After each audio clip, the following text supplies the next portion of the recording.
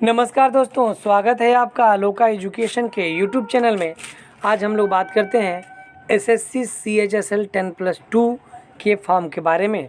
जो 2020 का 10+2 का फॉर्म आया है एसएससी का CHSL का, उसके बारे में आम जानकारी लेते हैं हम लोग। सबसे पहले तो ये आपको जानना है कि CHSL का फुल फॉर्म क्या होता है। तो सबसे पहले आपको ये बता दें, कंबाइंड हायर सेकेंडरी लेवल, मतलब कुल मिलाकर 10+2 कहा जाए। 10+2 का फॉर्म है, मतलब 12वीं लेवल का ये फॉर्म है। तो इसकी लास्ट डेट कब है ये जानते हैं हम लोग। पेमेंट की जो लास्ट डेट है वो 17/12 को है। एप्लीकेशन कब से स्टार्ट हो रहा है? 6/11 से। लास्ट डेट ऑफ रजिस्ट्रेशन 15/12 को है। ऑनलाइन पेमेंट की लास्ट डेट 17/12 को है। ऑनलाइन एग्ज़ाम पेपर फर्स्ट की 22 से 27 अप्रैल 2021 के बीच में ये एग्ज़ाम होना है।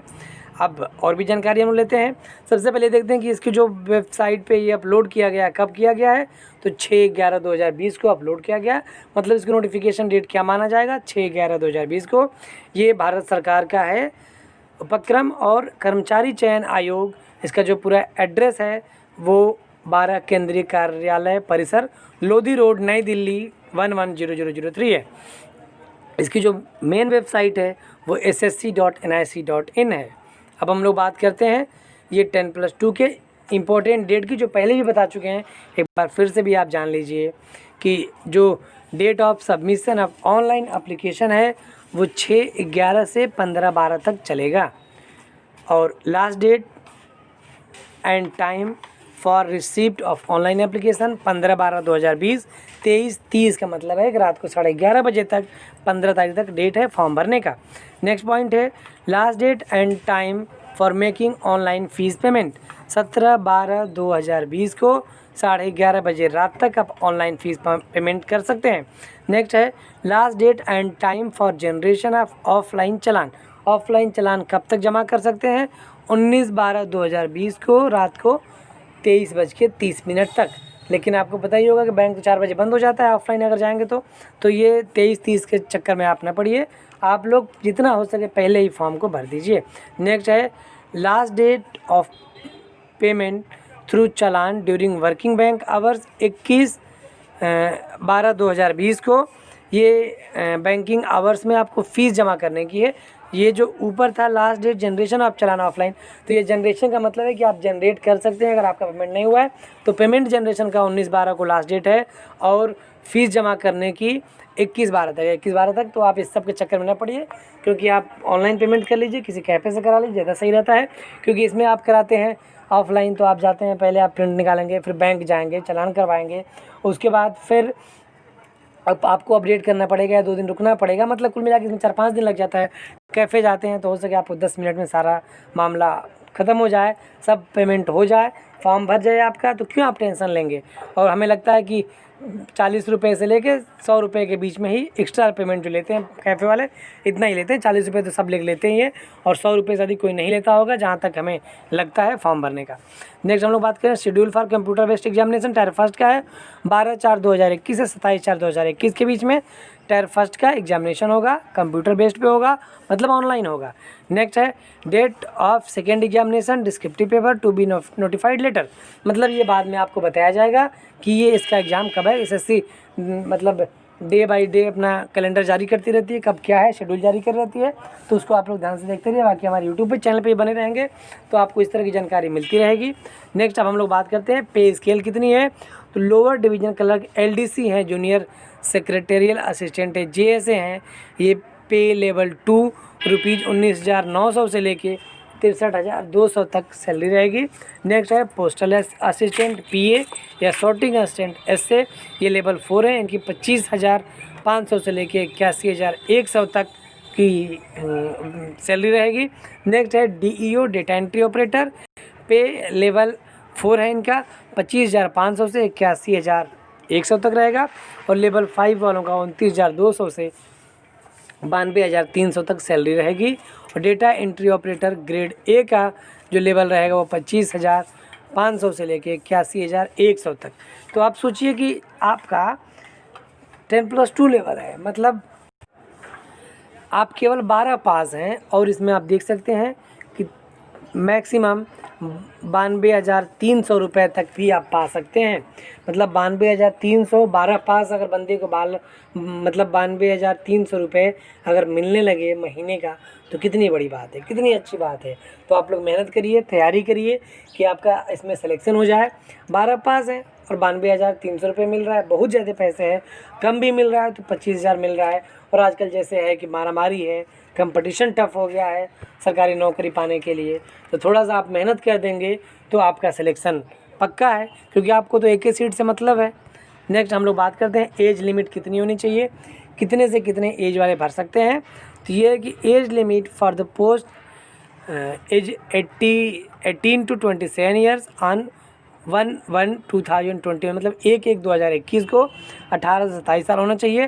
Candidates born not before 2/1/94 and not later than 1/1/2003 are eligible to apply. मतलब जो आपकी एज होनी चाहिए 94-2003 के बीच में होना चाहिए, मतलब 18 से 27 साल को। और किस डेट को आपको एज निकालना हो, 1/1/2021 को एज निकालना है।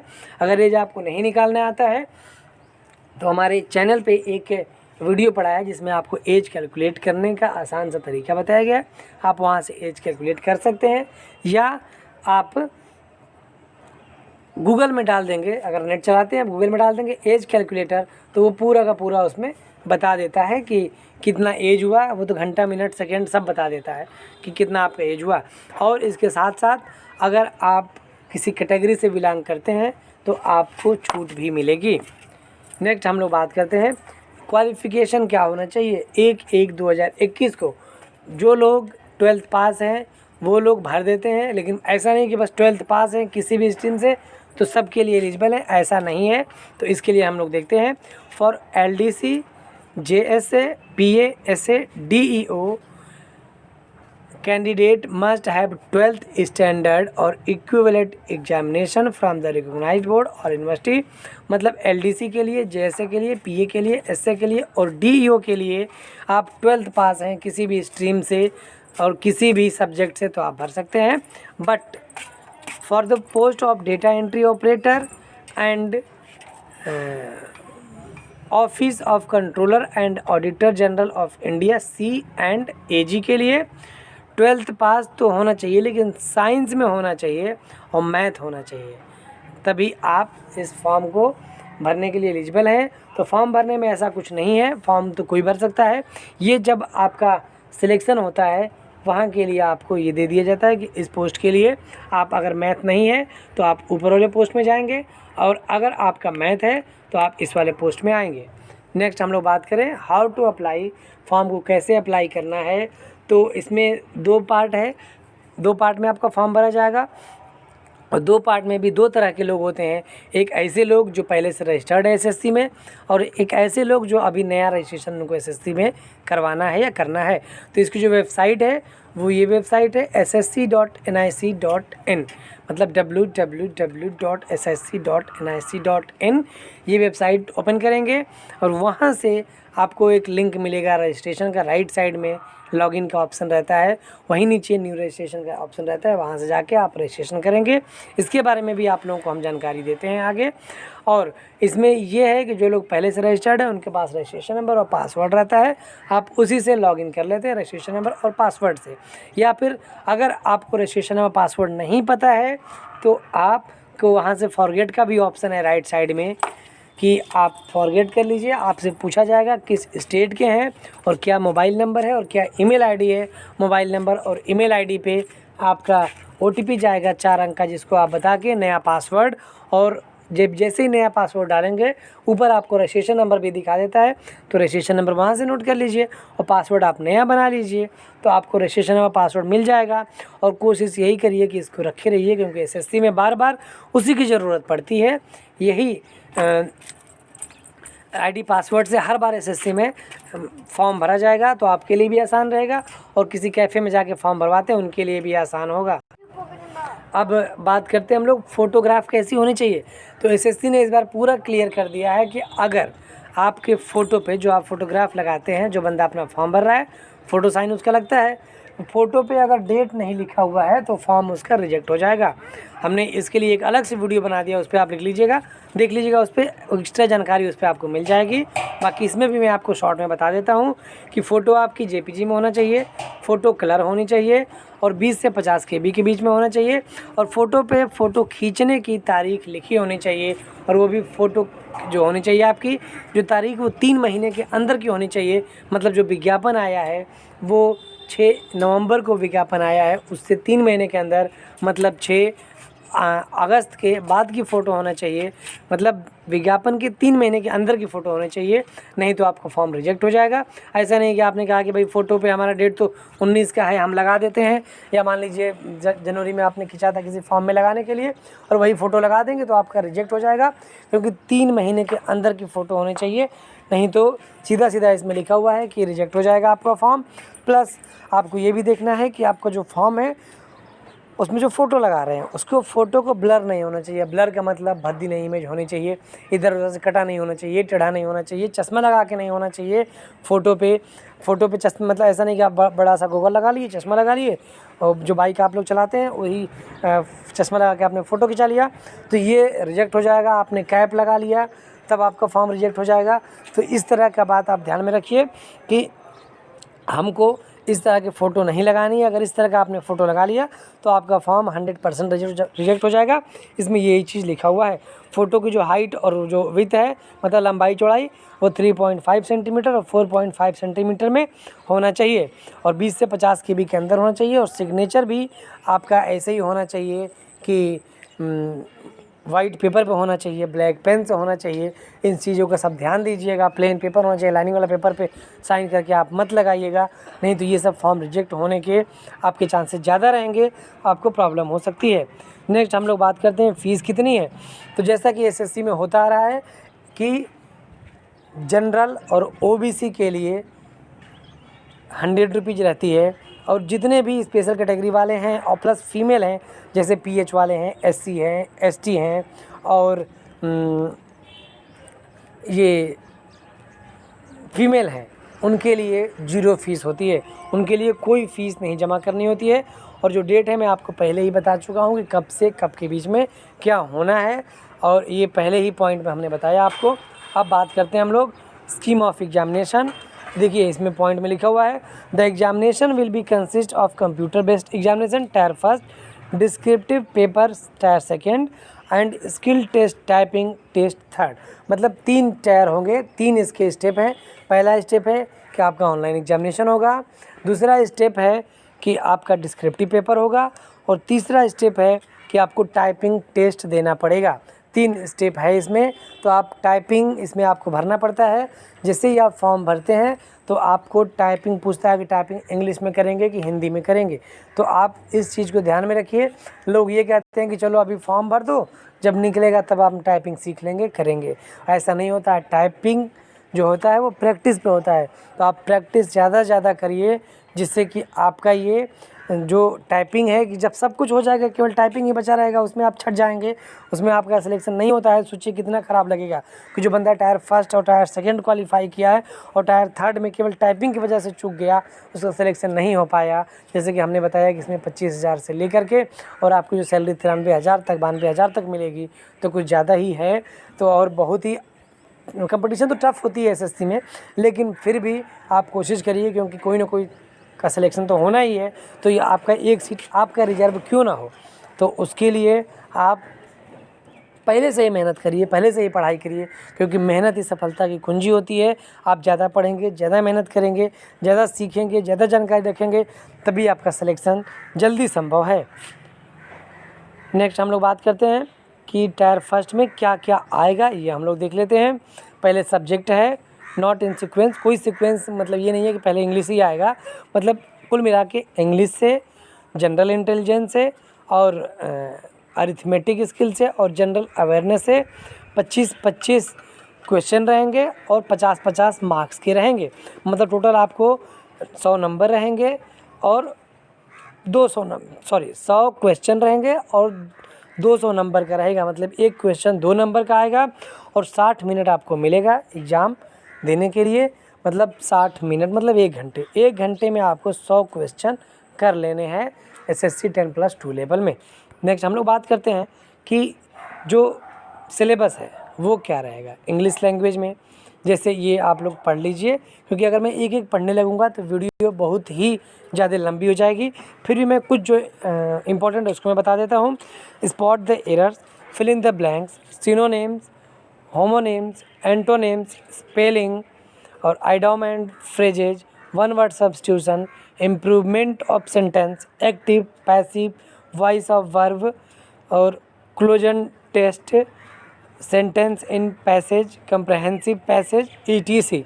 इस तरह के आएंगे। आप लोगों को ये चीज़ें आपको इंग्लिश लैंग्वेज में पढ़ना है। इंग्लिश लैंग्वेज में यहाँ से आपके 25 क्वेश्चन आएंगे जो कि 50 मार्क्स के होंगे। नेक्स्ट जनरल इंटेलिजेंस में क्या है, it would include question of both verbal and non verbal type. The test will include questions on semantic analogy, symbolic operation, symbolic number analogy, trend, figure और coding, decoding, other sub topic if any, numerical operation. ये है आपका general intelligence के बारे में। इसको आप पढ़ लीजिएगा कि क्या क्या है। बाकी एक अगर बुक आप ले लेते हैं SSC 10+2 लेवल की, उसमें प्रीवियस ईयर का पेपर भी मिल जाता है, पूरा ये सिलेबस भी मिल जाता है, आपको जानकारी भी मिल जाती है, आइडिया भी लग जाता है किस तरह से पेपर आएगा। प्रीवियस ईयर का पेपर आप सॉल्व करना शुरू कर दीजिए, प्रैक्टिस करिए, रोज़ एक पेपर आपको सॉल्व करना है। अब जो भी उसमें से नहीं आता है उसको सबको एक जगह नोट करिए, और किसी जहाँ भी आप पढ़ते हो, ट्यूशन पढ़ते हो, कोचिंग पढ़ते हो, सेल्फ से पढ़ते हो, यूट्यूब से पढ़ते हो, वहाँ से उसका हल निकालिए या कोई सीनियर है उनसे पूछिए, जिससे कि आपको उसके बारे में पूरी जानकारी हो जाए। नेक्स्ट क्वांटिटेटिव एप्टीट्यूड में देखते हैं, इसमें क्या आएगा, मतलब ये मैथ है। मैथ में जो मेन क्या है, नंबर सिस्टम आएगा, फंडामेंटल अरिथमेटिक ऑपरेशन आएगा, अलजेब्रा, ज्योमेट्री, मेंसुरेशन, ट्रिग्नोमेट्री और स्टैटिकल चार्ट, इससे आपके संबंधित मैथ में आपके क्वेश्चन आएंगे। नेक्स्ट हम लोग बात करते हैं जनरल अवेयरनेस। जनरल अवेयरनेस में questionnaire are designed to test the candidate general awareness of the environment around him and its application to society. Questionnaire also designed to test knowledge of current events and such as matters of everyday observation and experience in their scientific aspects as may be expected of an educated person। कहने का मतलब ये है कि आपका daily current affairs, आप लोग अगर पेपर ना पढ़ते होंगे तो पढ़ना शुरू कर दीजिए, क्योंकि पेपर पढ़ने से बहुत कुछ आपको जानकारी मिलेगी, करंट में मिलेगी। करंट अफेयर जिसे हम लोग कह सकते हैं कि रोज़ की रोज़ जानकारी क्या हो रहा है पेपर में मैक्सिमम रहता है। बाकी आजकल तो लाखों यूट्यूब चैनल है जो रोज़ का रोज़ अपडेट कर देते हैं क्या है करंट अफेयर्स, क्या है आज की, क्या है कल की, क्या है। तो लास्ट के आपको कुछ दिन वो करंट अफेयर्स पढ़ के जाना होता है, क्या कब कहाँ, ये चीज़ एक होता है, मतलब क्या हुआ, कब हुआ और कहाँ हुआ, ये चीज़ें पूछ जाता है। और ये भी रहता है किसने किया। तो इसमें ये चीज़ें आपको जाननी होगी, और ये जानकारी तभी मिलेगी जब इसकी आप कोई वीडियो या तो देखिए, या तो यूट्यूब पे देखिए, या तो इसकी बुक भी आती है, वहाँ से आप ले करंट अफेयर्स की, वहाँ से आप लेके जानकारी ले सकते हैं। इसके साथ साथ इसमें हिस्ट्री, कल्चर, ज्योग्राफी, इकोनॉमिक्स और जनरल पॉलिसी एंड साइंटिफिक, ये सब रिसर्च, इन सब की भी जानकारी इसमें रहती है। इन सब के बारे में भी आपसे पूछ सकता है, GDP क्या है, GNP क्या है, GDP रेट क्या है, क्या चल रहा है, CRR क्या होता है, तो ये सब भी आपसे पूछ सकता है। तो इन सब की भी जानकारी आपको रखनी चाहिए। नेक्स्ट हम लोग बात करें डिस्क्रिप्टिव पेपर में क्या होता है। तो टायर सेकेंड है जो, ये tier second paper will be descriptive paper of 100 marks, pen and paper mode. The duration of the descriptive paper will be 1 hour, मतलब 1 घंटे का होगा। पेन और पेपर पे होगा 100 नंबर का होगा, जो पेपर सेकेंड का होगा उसके लिए है। और the minimum qualifying marks in tyre second will be 33%, मतलब 100 नंबर का होगा, आपको 33 नंबर पाना अनिवार्य है, तभी आपको क्वालिफाई कहा जाएगा। अदरवाइज आप वहीं से रिजेक्ट हो जाएंगे और आपको लेवल फर्स्ट की फिर से तैयारी करनी पड़ेगी। नेक्स्ट हम लोग देखते हैं क्या है। The paper will have to be written either in Hindi or in English. Part paper written in Hindi, and part in English will be awarded 0 marks. मतलब ये है कि अगर आपसे कहा जाए कि इंग्लिश में लिखेंगे कि हिंदी में लिखेंगे, आपने कहा कि हिंदी में लिखेंगे तो आपको हिंदी में ही लिखना है। आपसे कहा गया इंग्लिश में लिखना है तो आप इंग्लिश में ही लिखेंगे, नहीं तो इससे के अगर अलावा इंग्लिश लिख के हिंदी कर दिया, हिंदी लिख के इंग्लिश कर दिया तो आपका 0 नंबर मिलेंगे। ये हो गया, इसको पढ़ लीजिएगा। इसमें कुछ मतलब यही लिखा हुआ बुकलेट पे कैसे क्या करना है, ये चीज़ आपको पढ़ लीजिएगा। नेक्स्ट हम लोग बात करते हैं टायर थर्ड की। टायर थर्ड का मतलब स्किल टेस्ट, टायर थर्ड मतलब टाइपिंग टेस्ट होगा, उसके बारे में बात करते हैं। देखिए बहुत ही अहम जानकारी ये है, ये कह सकते हैं कि पूरा जो विज्ञापन है लगभग 63-64 पेज का विज्ञापन एडवर्टीजमेंट SSC 10+2 के लिए है, उसका पूरा निचोड़ इस वीडियो में आपको मिल जाएगा। जो मैक्सिमम चीज़ है उसको हमने यहाँ पे कवर अप किया है। बाकी कोशिश यही करिए आप कि कोई भी फॉर्म भरने से पहले विज्ञापन एक बार नहीं कम से कम 2 बार पढ़िए। विज्ञापन पढ़ के तभी जाइए जिससे कि आपका फॉर्म गलत ना हो, क्या मांग रहा है फॉर्म भरने में, क्या एलिजिबिलिटी है, क्या होना चाहिए, क्या नहीं होना चाहिए। जैसे आपको नहीं पता है कि टाइपिंग है कि नहीं है, पता चला कि आपने पेपर फर्स्ट दे दिया, पेपर सेकंड दे दिया, जब आप पेपर थर्ड का एडमिट कार्ड आया तो कभी टाइपिंग भी है क्या है इसमें, हमको तो पता ही नहीं था कि टाइपिंग देना है।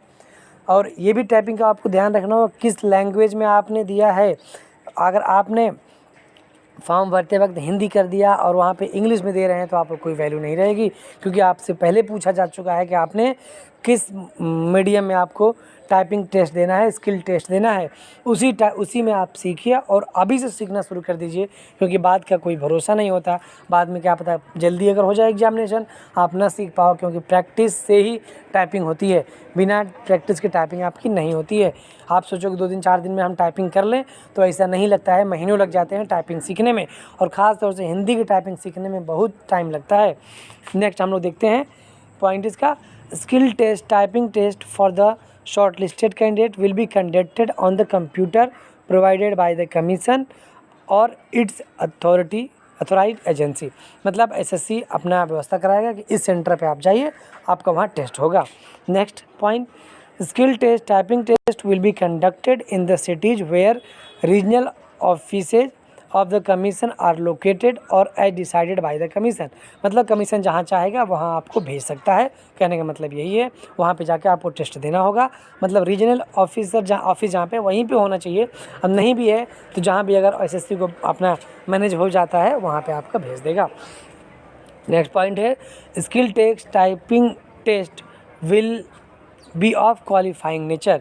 मतलब ये इसमें आपको क्वालिफाइंग नेचर रहता है, बस कि मतलब आप क्वालिफाई हो पा रहे हैं कि नहीं, एक मानक रहता है कि उसको आप क्वालिफाई कर पा रहे हैं कि नहीं।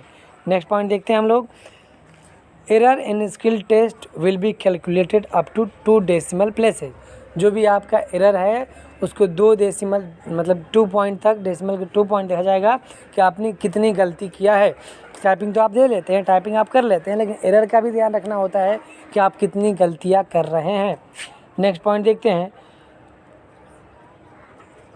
Skill test typing test will be conducted as per the following scheme. Following scheme क्या है, skill test for the data entry operator, skill test is mandatory for data entry operator, no candidate is exempted from appearing in the skill test. मतलब कोई ऐसा बंदा नहीं कह सकता है कि मैं टाइपिंग टेस्ट नहीं दूंगा, नहीं तो वहीं से उसका रिजेक्ट हो जाएगा, वो आगे बढ़ ही नहीं सकता है। नेक्स्ट है कि data entry speed 8000 key depression per hour on the computer will be adjusted on the basis of correct entry of words key depression as per the given passage. कोई आपको एक पैसेज दे दिया जाएगा जिसमें कि आपको 8000 की डिप्रेशन 1 घंटे में आपको करना है। अगर इतना आप कर लेते हैं तभी आपका सिलेक्शन होना है। नेक्स्ट है, आप इसको पढ़ लीजिएगा, बहुत ज़्यादा ही है कि क्या क्या है इसमें। कुल मिला के आपको टाइपिंग देना है, अपना टाइपिंग आप तैयार रखिए जिससे कि आपको प्रॉब्लम ना हो जाए। जैसे हमने बताया कि स्टेप 3 में जाके अगर आपका सिलेक्शन नहीं होता है तो बहुत ही आपको दुखी होना पड़ता है, क्योंकि आप एकदम मंजिल के करीब पहुंच के वापस आ जाना पड़ता है आपको। नेक्स्ट हम लोग बात करते हैं, इसमें पढ़ लीजिएगा typing test for LDC JSA and postal assistant sorting assistant, उनके लिए है। इसको भी पूरा का पूरा पढ़ लीजिएगा। इसमें आपके लिए हम जानकारी है कि कैसे होना है, कुल मिला के यही है कि आप टाइपिंग सीखते रहिए, जिससे कि वहाँ जाके आपको वापस ना आना पड़े, फेल ना होना पड़े। नेक्स्ट हम लोग बात करते हैं कि ये हमारा जो वीडियो है ये आप लोगों के लिए ही बनाया गया है, जिससे कि आपको अधिक से अधिक जानकारी मिल सके और आप लोग जब भी फॉर्म भरने जाइए तो कोई गलती ना हो जाए और विज्ञापन पढ़ के जाइए और अधिक से अधिक आपको जानकारी प्राप्त हो। हमारी इस वीडियो के माध्यम से यही हम लोगों का जो चैनल है आलोका एजुकेशन, उसकी हमेशा की यही एम है कि आपको अधिक से अधिक जानकारी दिया जाए बिना किसी चार्ज के, जिससे कि आपका भलाई हो सके और आपका फॉर्म में कोई गलती ना हो सके। Thank you for watching our YouTube channel Aloka education.